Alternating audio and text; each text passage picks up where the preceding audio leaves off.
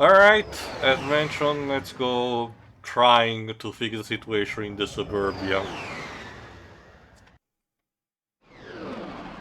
Specifically on Damosel.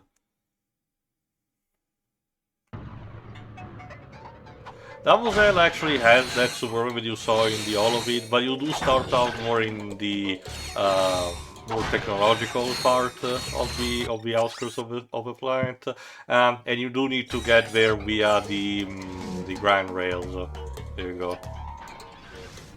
But you do have at the disposal also a couple of extra missions, particularly that you also will need, obviously, for probably the end game. One of them involves Giant Clank, of course.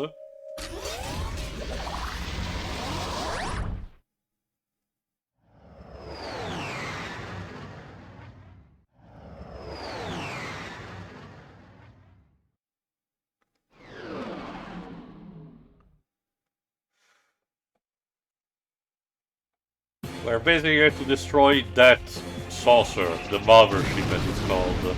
Yeah, I have no idea what is it doing there, because it's not tied to the attacks for less, anymore, since we have been properly dealt with them. I guess it's a bunch of just raiders. Okay. It's like they went, oh crap, we haven't fought up another boss fight for Giant Clank, Mook Rush. I don't even mind that. It's just that, like, kind of wish they have a small cutscene that explain that, because they kind of did for almost everything else. Unless again the game was potentially rushed, and this was one of the things that just left there. Now, while conversely, I actually did like the first Giant Clank boss fight in this game, I don't really care for this Giant Clank encounter, I'll admit. As you can see, the LP is a bit more manageable at the very least. You still need to get, tally the boss, because you can see it runs, but as you can see, even with the simple bombs, you deal sufficient damage by staying on its tail. I just don't care for this fight as much because it doesn't feel as much a fight as much as it is Robot Storm Boogly from Sonic Heroes. With maybe a main target to hit, but it doesn't feel as enticing a fight to me is all.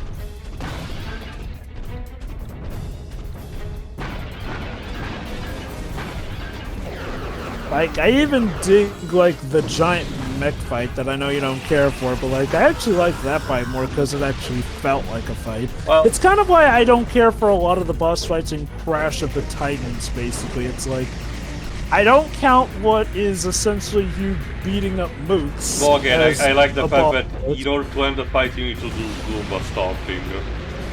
That is cool, yeah.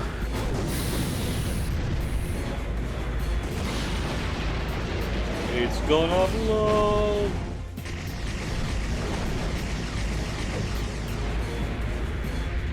Alley-oop.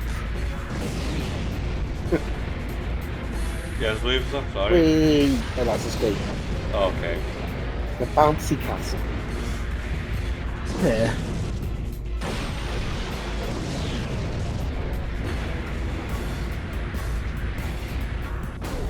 Oh wait, I forgot. We have to just use the... It's been a while since I don't remember exactly what I did. MegaCorp, you can beat him by just being outside the field of range of the electricity. Shooting it, ranging, yeah, I think so. It just made things a bit more complicated, my bad.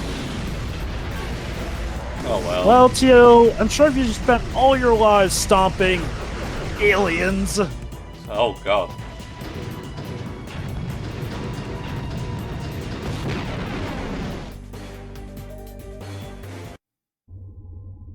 Alright, let's see what we got from this. At least I like the fact there's a prize for everything. That said, Clank, your eyelids were clipping for your eyes there. Yeah, we kinda also had that problem in the first game.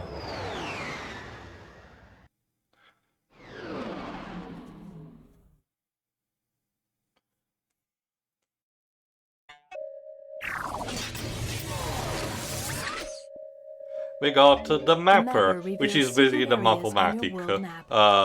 Reveal stuff on the titanium bolts, sorry, the platinum bolts where they might be, and secret areas are labeled in green. Go on, Pedro.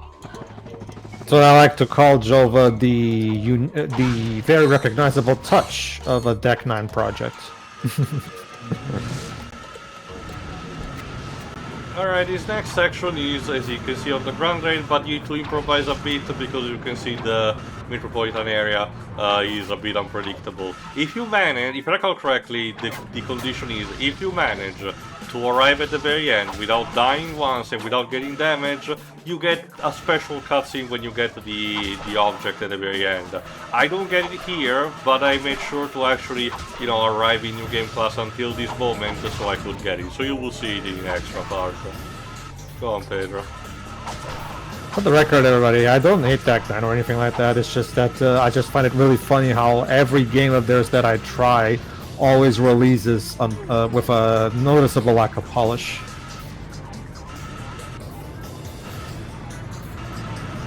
Also, as you can see, some Protopets unfortunately still, you know, haunt also the railing. Like, how much damage did they cause? I guess they really are the triples.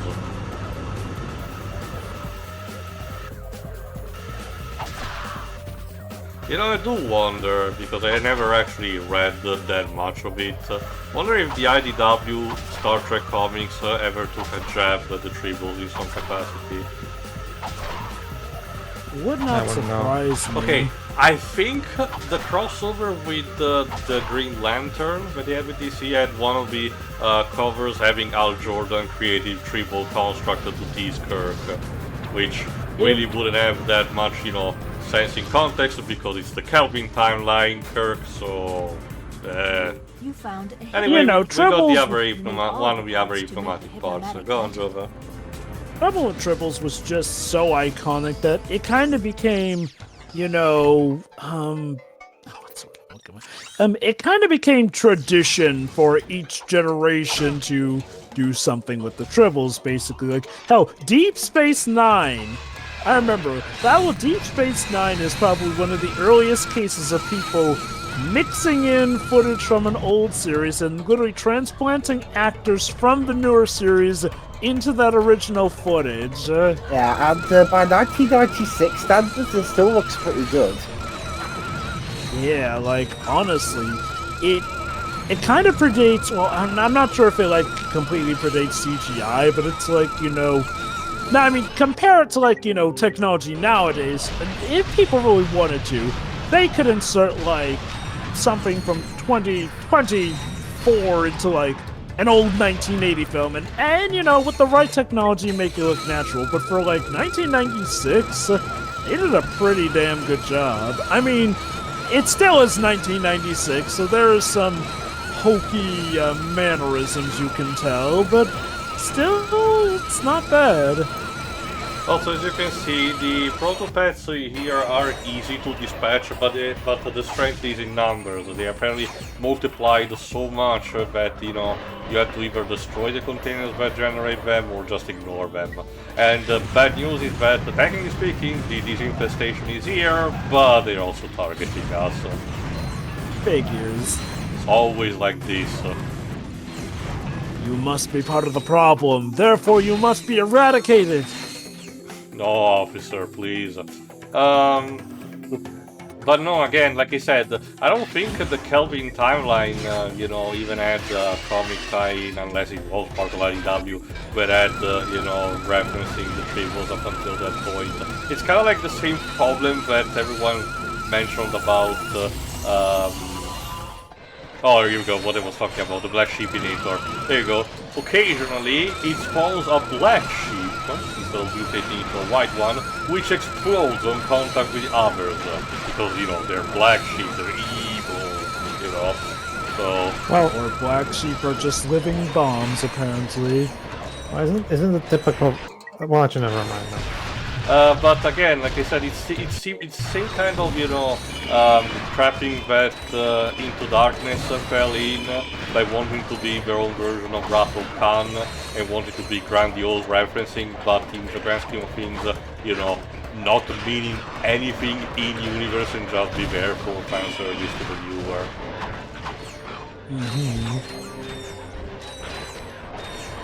There we go. I guess this is also good showcasing, oh look how many models can we have on the PS2 at the same time. Christ, how much should we multiplying? It's like, okay, forgot, which duel was the one where Yugi used to multiply on the Kuribos? I think it was early on with Kaiba. I'm thinking the Battle Seed, not Battle Seed Tournament. I think I know he used multiply with Kuribo against Pegasus using okay, then it must have been combo.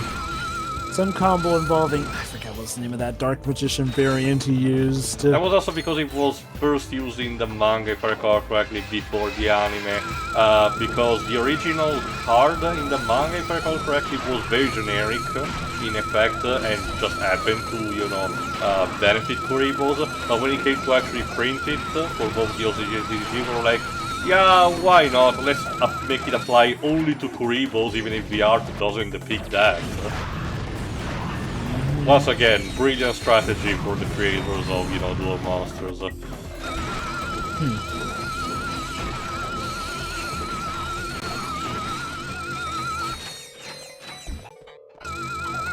Yeah, basically that's the thing with the Protopets. You really need to keep an eye on them, because if you leave just one behind, they will start multiplying again, you know. So, again, this is why the Shipinator comes in handy very, very easily.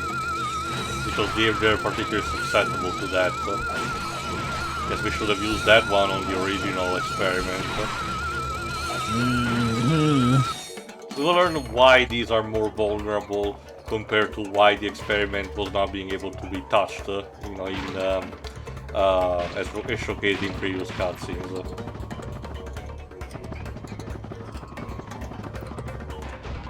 Yeesh.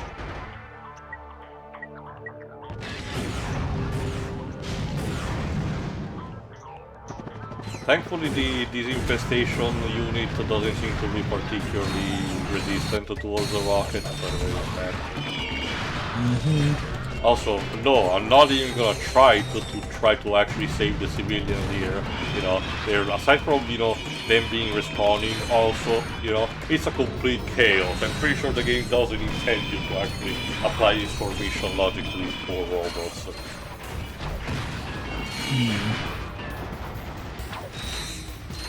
Well, look on the bright side. We can eventually rebuild them.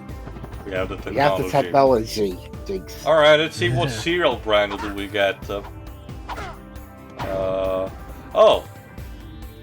It's a Dan brand of cereal. This is start of an inside joke for Insomniac, where one of their employees, I think, I forgot the last name, but he's basically called Dan, gets to be referenced in the games in some capacity by having his face, the photo of his face plastered onto them.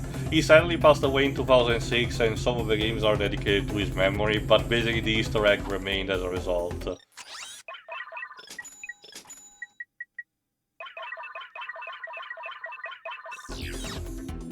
Alright, now that we saved, question mark, the suburbia, let's get into the deeper parts of the town. Specifically, if I call correctly, the bank.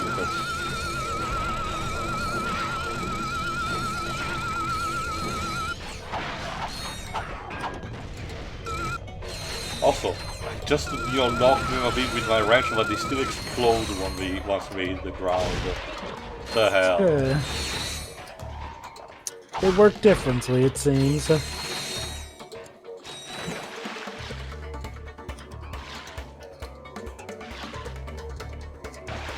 Also, that water effect from the fountain looked kinda terrible.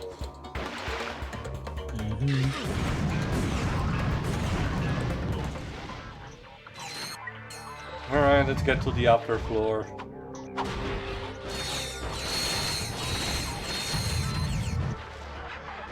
Oh, right, so you're here too. The gimmick, I didn't mention much. The gimmick about the meter filling is that the bigger the enemy are, the slower the meter fills. But if you try to keep it on them constantly, Ghostbuster style, it should still be, you know, reprised even if you know, let away part of it for a bit. But if you let it away, oh look, Jack and Dexter again. But if you let it go a bit too much, you will have to start again, which is why the weapon is not particularly recommended against the bigger targets unless there is just one of them, so you can try to experiment. The trade-off is that it will gain more experience to the weapon.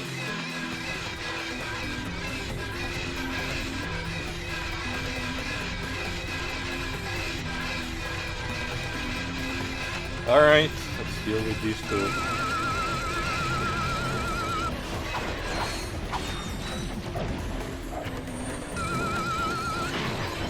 Also, in case you're wondering how much of these protopets can actually hurt if they actually get you, a bit. Like I said, I'm wielding currently the second to best armor in the game, and yet they still, chuck away quite a bunch of the health, the maximum nanotech that I have. So.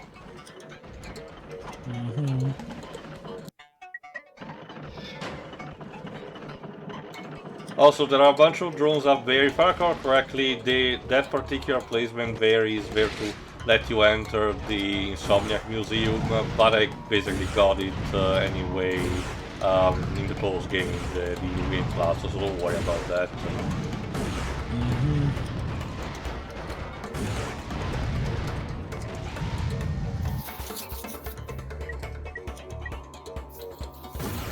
Alright, oh god, now the fucking protopets are hiding in the cereal boxes. Like, it really is like gremlins. Hey, maybe the idea was to put a protopet along with the cereal. Get a protopet with each box. I'm not sure how the creature would have been able to survive, but then again, they did survive worse, so maybe, I guess. We here at MegaCorp managed to have the greatest of decency by making sure that the pets are able to breathe in any atmosphere whatsoever. Therefore, even when they're trapped inside a box, it will absolutely not in any way give them PTSD and cause them to go ravenously insane. Side effects may involve prototypes going a little bit haywire. And there might also be a slight risk of death, but hey, if it happens, you don't have to worry about it. It's a sacrifice we're willing to make, yeah. Don't worry about it. Well, yeah, because usually the joke with this kind of satire about hyperconsumerism would have been that once you actually purchase the product, you're legally bound to not being able to sue them. P.S. If you buy the product, it's now legally your responsibility. So if it kills anyone, it's your fault, or if it kills you, well, we can't sue you because you're dead, so you don't have to worry about that at least. Well, the deal is that they need people to actually sign something for that. You know, hence why with a lot of video games now there's basically an EULA document or something that you have to checkmark and say that you signed when specifically booting up for said online game. purposes, because of all, the company being able to rescind that contract if something, violates that. It says something that some companies are so corrupt that even with those contracts in mind, they still end up being liable to be sued for messing up. Go. Enough of a big blast. Well, we had to deal with that particular, in robot that was for some reason stuck in the water. Well, let's properly freeze it, so we can move.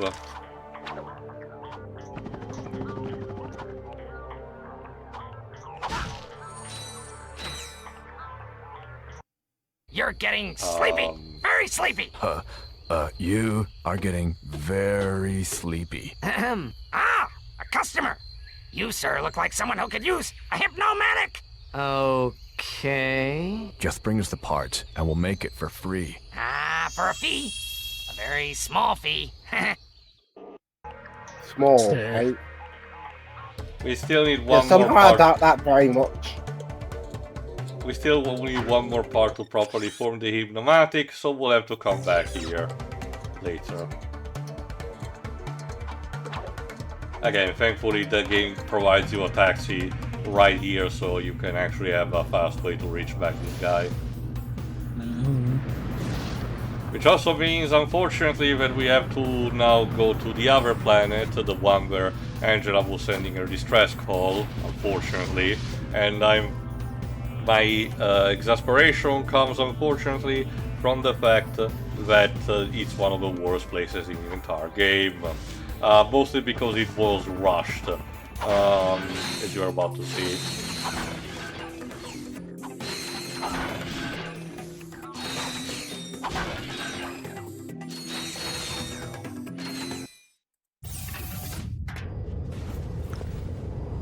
Alright.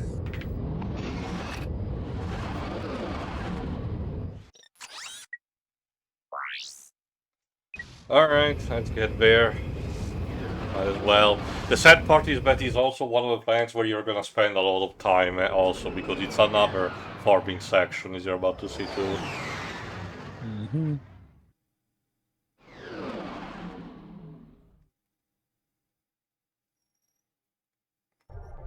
Alright, it's an ice planet, so it's a change of pace from the desert.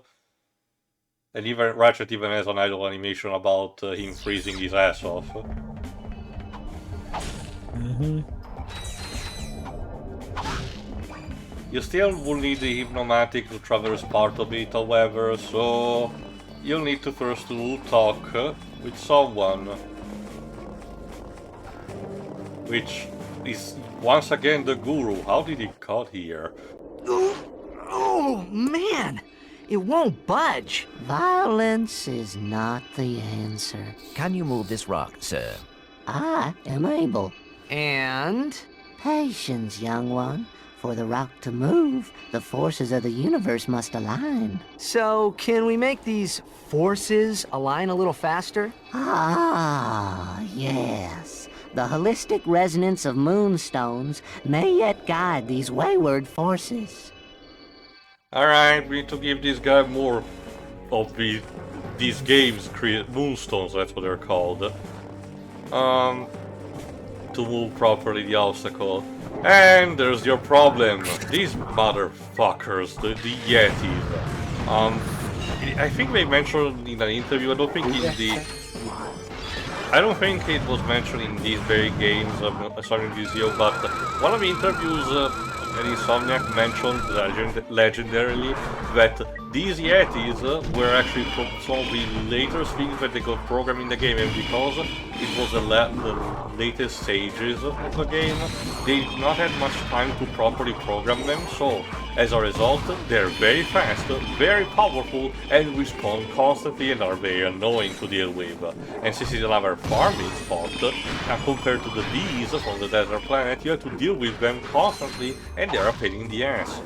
I guess on the plus side, they're really decent enough for farming some of your weapons, not all of them, and again, a lot of times they tend to be just way too many sponges, too much sponges for, you know, being simple enemies you have to deal with. Yeah, they suck. To the point, if I recall correctly, that Insomniac started with this game creating an internal company award for also these guys. Also, you get these Leviathans. It's the equivalent to the big bugs from the desert. They're more manageable than the Yetis, which says a lot. And when you defeat them, you do get moonstones from them. But Insomniac created an internal award with a statue depicting one of the Yeti. If I recall correctly, it was the developers that had to rush too much a part of the game. It's mostly done in good fun rather than to wanting to, you know, bully a developer.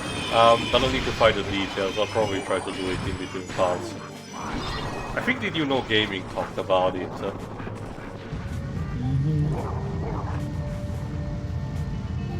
Thankfully, the Yetis won't really follow you until to the spawn point, so you have a safe zone in case things gets too dire. Alright. Yes. Your arrival with the moonstones is most fortuitous, for it is in this very moment that I am able to move the rock. Gee, what a coincidence. Thank you, sir. At the very That was least, I most say this, helpful. at least for all Your these bullshitting gratitude the is guru at the very comforting, least child. can put I have also found a piece the of money something where it's called a worth. hypnomatic. You may have it in exchange for more moonstones. Wait, I thought you had no need for material I possessions. don't know. The credits Please, probably tell do because it's not one of lay those your cases where burdens some upon me now. NPCs share a voice I actor. am weary from lifting the rock, and I must rest. So yeah, much like with the desert, if you bring the moonstones, more moonstones in this case you'll get one hypnomatic part, and then you will start getting more bolts. Probably James Arnold Taylor. Okay then. I think so. What's his name? I don't remember. The guru is the name that I actually gave you, but I don't think it's always labeled in the game. I don't recall his name either, if he has a name. Oh, goody, now I have to do a glider section in small cramped spaces with stalactites. Well, at least you were following the track there, which you seem to have garnered Like that I said, trick. Jova, you're seeing the attempt that worked. You're not seeing all the times I died, because otherwise all of these parts would be much longer. Fair enough. But at least you eventually got it, and I'm proud of you for that. Hooray. Yes, well done, son. Alright, so... Sideways? Do you want a cookie? No. Alright, So which... Go on, sorry. So which are your favorite of the hacking minigames? I forget if we talked about Of these that. games, none. I really dislike both of them. Mostly because the first one, forces you to keep a look on the entire screen, so you barely manage to, keep it on despite everything. And the second one, as I argued, the time limit being a bit too stingy. Not to say that it shouldn't have it, but I think that they were a bit, too harsh with it. Then I argue what it could have been.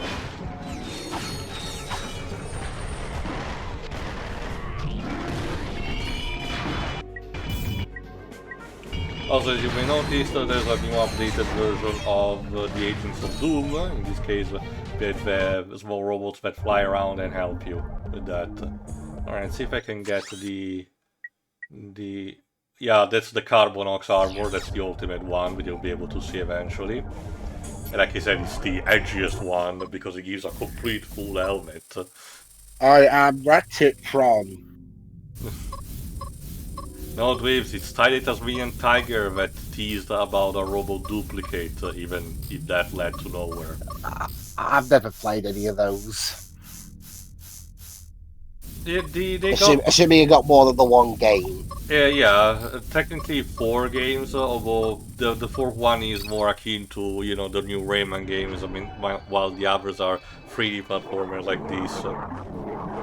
There you go, this opens up, by hacking this opens up the upper parts that allows me to farm more moonstones. Hello?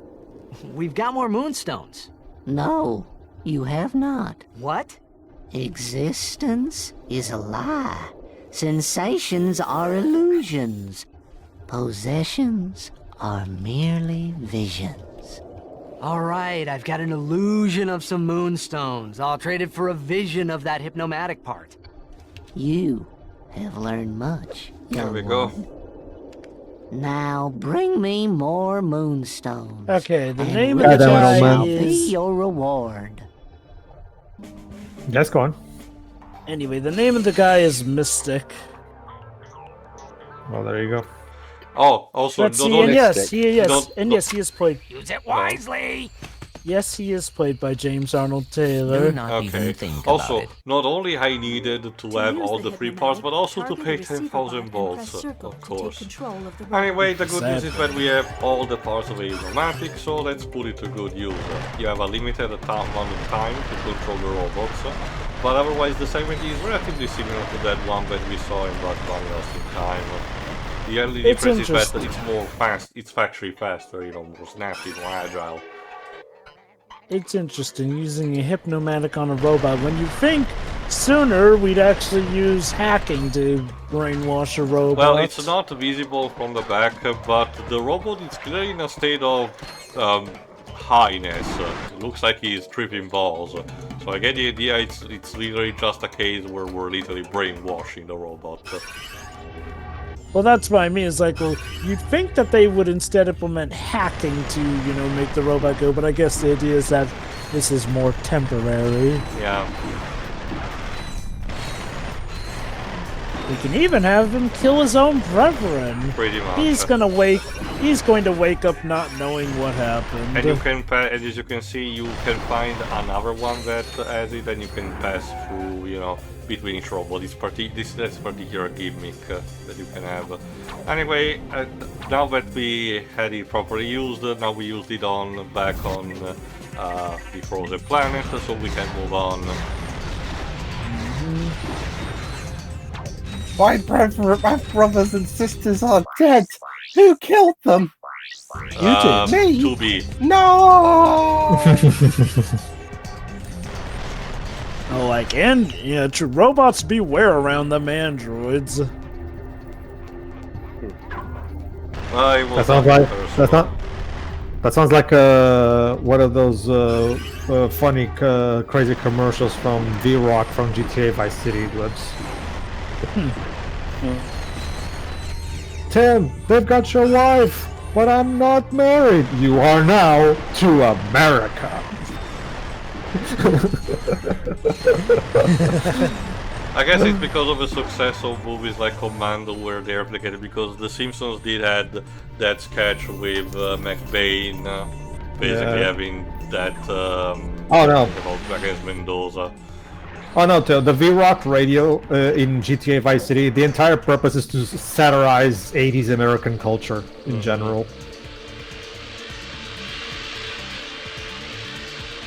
Also, once again, when you get underwater, the filter is still blue as shit. It's still better than the one of the first game, but man, I maybe it was a thing that was on the PS2 for the sake of, you know, accentuate the fact that you were underwater, but it looks way too colorful, like I'm swimming Gatorade. And with this we come back to the surface from another side, which pings us closer to Angela's hut, where she was transmitting. As it is her home world. Which also gives us an access to another of the vehicles where we can use to farm moonstones similar to the crystals of the desert. There we go. Hey, nice digs. Yeah.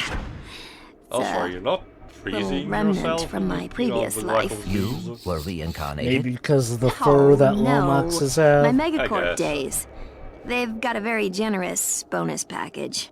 Right. So now that you've got your ID badge, how do we take out the Protopet? Watch this. Alright, let's see. Mommy, technically our last Halloween. Come from? Why, they come from MegaCorp, dear.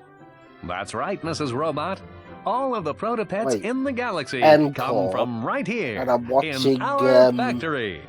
Your little friend is lovingly extracted watching another from series the in the middle original as the letter of an alphabet as the name of an evil corporation. There you go. The Protopets, our training system helps mold your pet into a wonderful friend that you'll cherish forever. No wonder the poor guy, so you know, gets angry. Like he was already before, but with this I'd be pissed too. Come from? You can answer with confidence.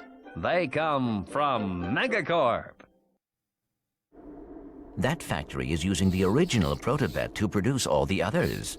Exactly. If we can take out the original Protopet, yeah, using shut him your down clarification where she was working at MegaCorp, we should be able to get inside. And just seems to have a plan in order to neutralize the Protopet. Wrong one. This will deactivate the door to the Protopet duplication area. I'll meet you there. Sure you want to split up? No, MegaCorp's orbital defenses are nasty. With 2 ships, there's a good chance at least one of us will get through. Good thinking. Just be careful. Good thinking indeed. Right. Alright, that's technically our last destination that we'll have. So, in between parts, I'm gonna farm more of those moonstones in order to get as many bolts as I can get. Meanwhile, she slipped and fell and broke her neck from the sound of it. She's gonna be fine, Dave. So. Alright. But she hasn't come back. It's okay, that's just a cartoon character. She'll be fine. Tune in for the next part for the epic conclusion where we storm the MegaCorp Central HQ to see if we can stop this madness. See ya. See ya. Alright, ta-ta.